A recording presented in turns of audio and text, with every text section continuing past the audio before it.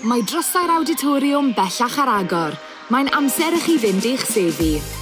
Rydym yn llawn cyffro i groesawu cynulleidfaoedd yn ôl drwy ein drysau, a dyma beth allwch chi ei ddisgwyl. Pan gyrraeddwch chi, bydd yna staff wrth law i'ch tywys.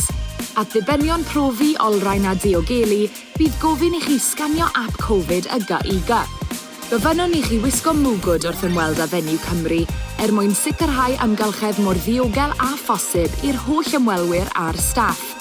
Gallwch ei dynnu yn y mannau bwyd a diod, ond dim ond wrth bwyta neu yfed pan fyddwch chi yn yr auditoriwm.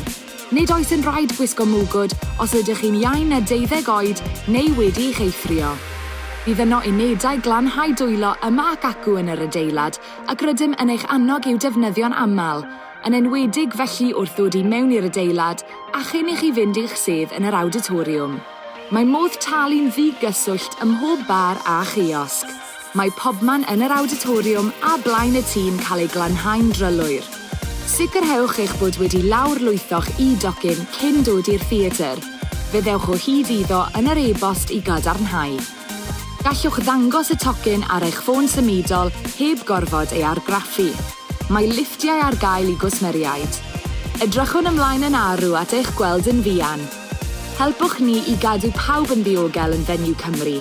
Peidiwch â dod yma os oes gennych unrhyw symptomau Covid-19 a chysylltwch â'r swyddfa docynnau i gael gwybod beth i'w wneud.